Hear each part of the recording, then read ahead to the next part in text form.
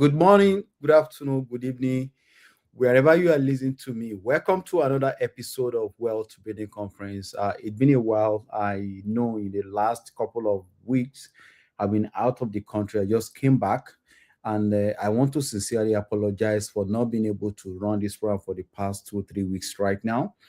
Well, it's not intentional, but the fact still remains that we just have to rest for a while. So I want to say thank you so much for all the viewers across the world who has been following us, listening to us every week. Tonight is going to be another day of learning. We want to look into another important topic today: how medical professionals can protect their practice, their legacy, and their family. Right, wherever you are listening to me, please, I want you to drop it on comment section where you are joining from, your name and where you are joining from. Just want to meet you. We just want to know you. Again, this presentation tonight, webinar is going to be just as you are the normal way of doing it. It's going to be interactive. So if you have any question, please feel free to drop it on the comment section. We're going to make sure that we attend to all the questions on, or at least while we are running the program, or maybe after the program. We're going to make sure that we attend to all your questions. We just want to have one goal. The goal is to educate ourselves on the importance of financial literacy. Financial intelligence is very, very important. Why? Because many people that I've seen, right, they are they have money, but having money is different from building wealth. Some people are, they have so much money, but building wealth is totally different from having money, because you might be uh rich on paper, you might have money in your bank account, but it might not really translate to wealth building. So you need to understand that. So, and that is what financial intelligence means. If you know a professor of finance or somebody that read economics, for example, you might be wondering, why are they not very rich? The question is that having those courses, reading those courses, does not really mean somebody is going to be rich, right? You might study that in the university, but it doesn't translate to wealth, right? So wealth building, wealth building requires intentional financial intelligence, and that is what you're going to be looking into in this program. So again, if you know any medical professionals, please feel free to tell them to join us, to quickly let us look into why they need to protect their practice, they need to protect their family, and of course how they can also protect their legacy. So I'm going to quickly pull up the slides and we go into the presentation. So once again, welcome back. So tonight we're going to be looking at protecting your practice, your wealth, and family legacy. Now, I've met a lot of medical professionals and business owners. So one thing that they usually tell me is that, no, I need to expand my clinic. I need to build wealth. I need to plan for my retirement. But nobody ever talk about, how do I protect my practice? How do I protect my wealth? And how do I protect my family legacy? So succession planning for medical professionals and business owners. So let us look at the hidden risk most professionals ignore. So at death in Canada, and I don't know what's happening in other countries, but here in Canada, at death, assets deemed disposed at fair market value. This is what we call deemed disposition. Now, what does that mean? So in the eyes of the law, if you have any form of asset, if you died or you pass, right? So it means that all the assets you have is deemed to be sold at fair market value. What is the implication of that? Number one, it will going to trigger what you call capital gain taxes. Again, there's going to be corporate tax consequences, and there's going to be estate settlement costs at death. This can actually be up to about 50%, depending on your province, depending on your situation. So up to 30 to 40% of that may disappear because you failed to plan. Now, let's look at the $2 million estate problem. Let us assume that this is a physician estate. Estate means that your professional corporation, your investment properties, and your personal investment. So let's say this is your estate, okay? Now, let's say, for example, you have a total of $7 million in your estate. Now, so the potential tax at debt is between $1 to $2 million. So if you fail to plan, right, you may have to sold your assets quickly to cater for the taxes that is going to be due at death. Now, the question now is that, do you really think about this as you are acquiring those assets, as you are buying those commercial real estate, as you are expanding your clinic, as you are buying stocks, bonds, ETFs, and all of that? Now, do you ever think of you plan for the taxes?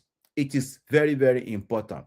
This is succession planning gap. These are the things I see every day when I meet medical professionals and business owners. Now, so they focus on number one, they focus on growing income. Many of them, so once they started their practice, the next thing is, I want to start my clinic, I want to start growing my income, I want to start expanding my investment. Like, I want to look into how I can start, investing outside my practice using their holding company. And of course, they also want to build in the practice, but very few focus on who is going to manage this practice.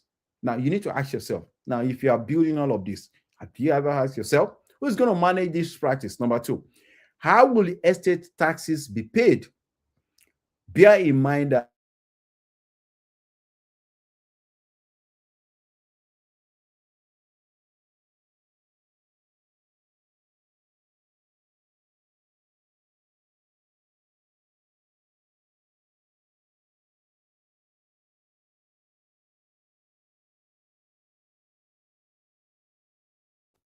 are I used to say this every time.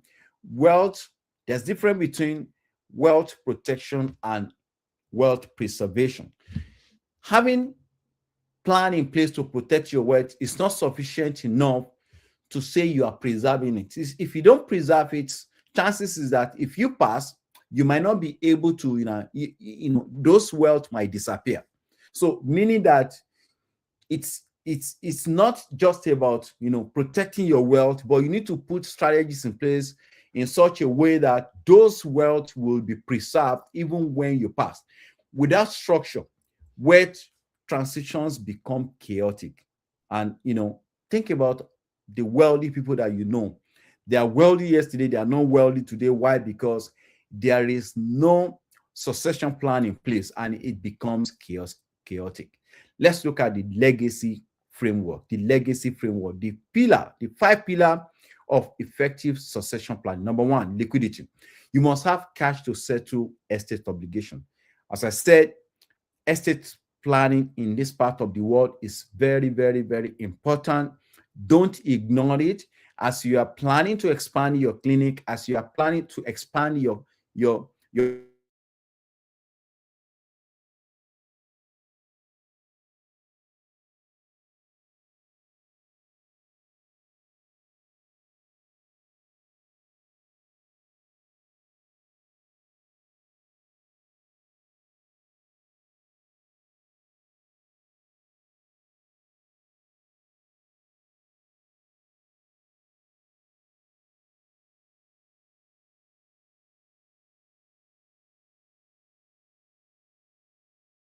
covered, they have strategies in place to make sure that you paid it up.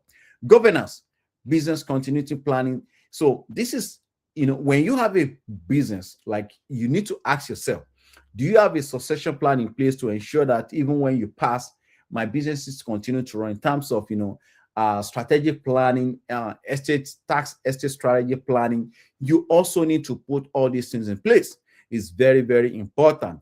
Asset protection, protecting accumulated wealth. Now, do you have enough life insurance in place that will protect your asset? Now, even you as a medical professional and business owner, you are equal to your income. Do you have enough plan in place to make sure that if anything happens, your clinic will continue to run without any problem? You should have that in place. Continuity, family wealth preservation. So you need to have a continuity plan in place. You have to preserve those assets such that even if when you pass, your legacy will still continue. They will still continue to make sure that those wealth will still continue to be preserved.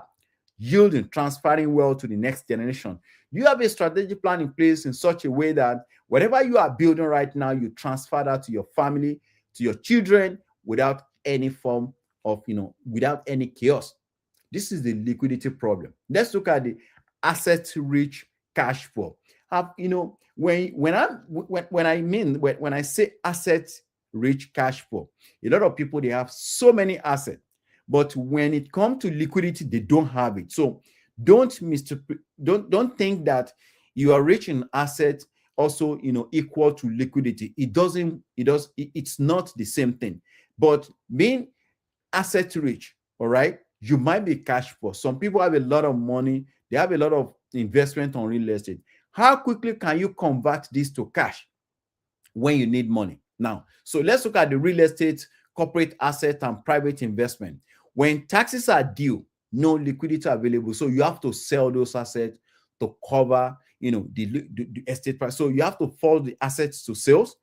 The practice disruption. So sometimes your practice may be disrupted, and this actually reduces your inheritance. Now, if you don't want this to happen to you, you must have strategic estate plan in place to make sure that whatever you built right now, you can pass it on. This is strategic solutions. Number one, corporate estate planning. Structure strategies within your corporation. You must have a strategies within your corporation that will protect your assets, that will protect your practice, that will ensure that to other generation. Trust structure, protect and direct wealth transfer. So, as I said, protection is good, but why not preserve this asset by putting a trust in such a way that you put an instruction in place in that at least this is the way I want my asset to be distributed. This is the way I want my asset to be managed. So, meaning that you have put instruction in place, and nobody can change that. That is what we call asset preservation. Tax efficient insurance strategy. So create liquidity at the right moment. Now, this is one thing that many fail to do. So many doesn't want to, like, they don't have life insurance. They think that, oh, it is only when I died. Of course, if you pass, you you must have something in place that will, go that will take care of whatever that you left behind. But what about those assets that will appreciate in value? Do you have things in place to make sure that you cover them? Shareholders agreement, ensure the business continuity. Sometimes you might have corporations, you might have businesses that you have people, maybe it's a partnership.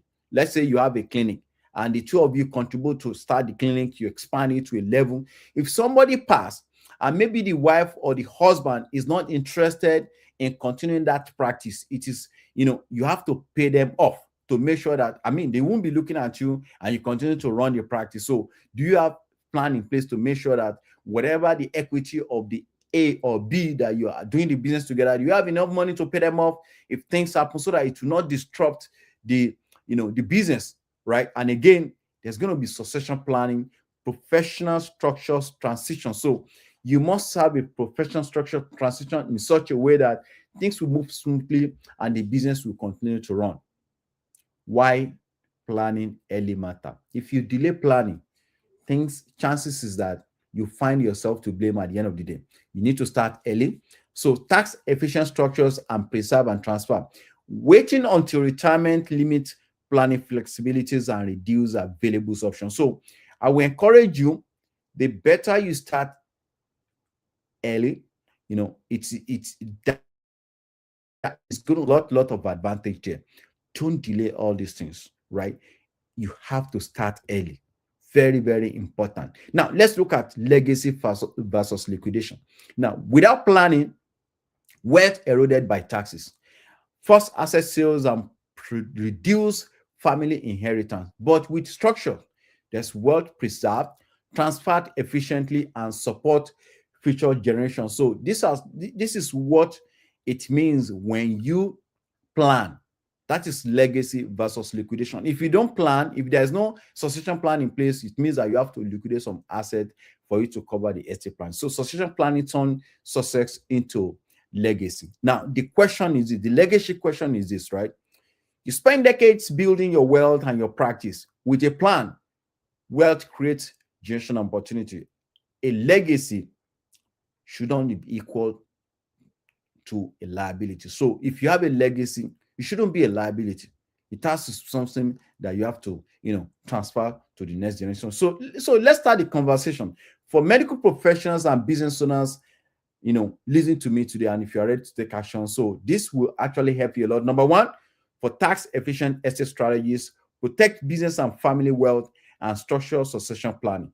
Your legacy deserve intentional planning. So it's a very short presentation today. I don't want to take much of your time. If you have any question, you can reach out to me, or you can drop your question on the comment sections if you know that you have any question. Or you can follow me on LinkedIn, on Facebook, on YouTube. I'm like, we have all those handles. If you have any question, you can drop it. But I really want to appreciate you today for joining. Next week is another time. So right now, so please join me live every week. We're going to be having these conversations, and this year we're going to build massive wealth. Thank you, everyone. See you next week. Bye for now.